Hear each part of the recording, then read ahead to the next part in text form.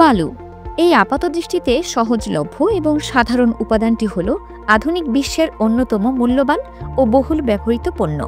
রাস্তাঘাট, ব্রিজ, ভবন, এমনকি কাঁচ তৈরির মূল ভিত্তি হল বালু। কিন্তু এই উপাদানটির আকাশ ছোঁয়া চাহিদার কারণে এটি এখন এক ভয়াবহ পরিবেশগত ও অর্থনৈতিক সংকটের জন্ম দিয়েছে।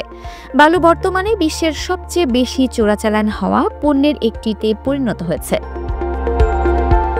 দ্রুত শিল্পায়ন ও নগরায়নের কারণে বিশ্বজুড়ে বালুর চাহিদা অস্বাভাবিকভাবে বেড়ে গেছে। প্রতি বছর প্রায় 50 মিলিয়ন টনেরও বেশি বালু উত্তোলন করা হয়। এই বিশাল চাহিদার মূল কারণ হল কংক্রিট তৈরি করা, যা আধুনিক অবকাঠামোর মেরুদণ্ড।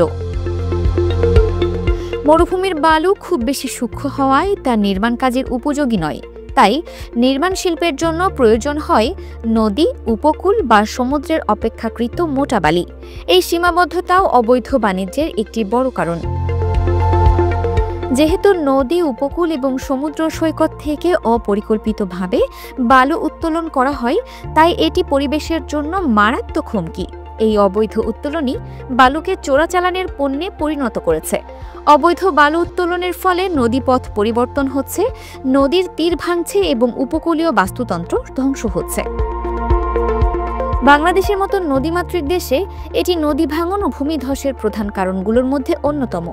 বালু মাফিয়ারা প্রায়শই আইন শৃঙ্খলা রক্ষাকারী বাহিনীর চোখ ফাঁকি দিয়ে নদী থেকে বালু উত্তোলন করে পরিবেশের অপূরণীয় ক্ষতি করছে। এই অবৈধ বাণিজ্যের ফলে নদী ও সমুদ্রের বহু প্রাণী তাদের প্রাকৃতিক বাসস্থান হারাচ্ছে, যা জীববৈচিত্র্যের জন্য এক বড় বিপদ। বালু উত্তোলন ও এর অবৈধ বাণিজ্য নিয়ে জাতিসংঘ সহ আন্তর্জাতিক সংস্থাগুলোর গভীর উদ্বেগ প্রকাশ করেছে।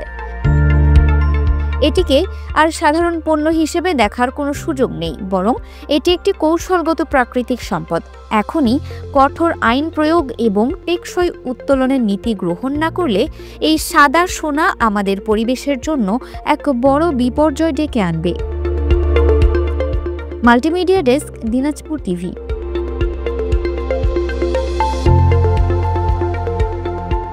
দিনাজপুর টিভি মানুষের জীবনের কথা বলে।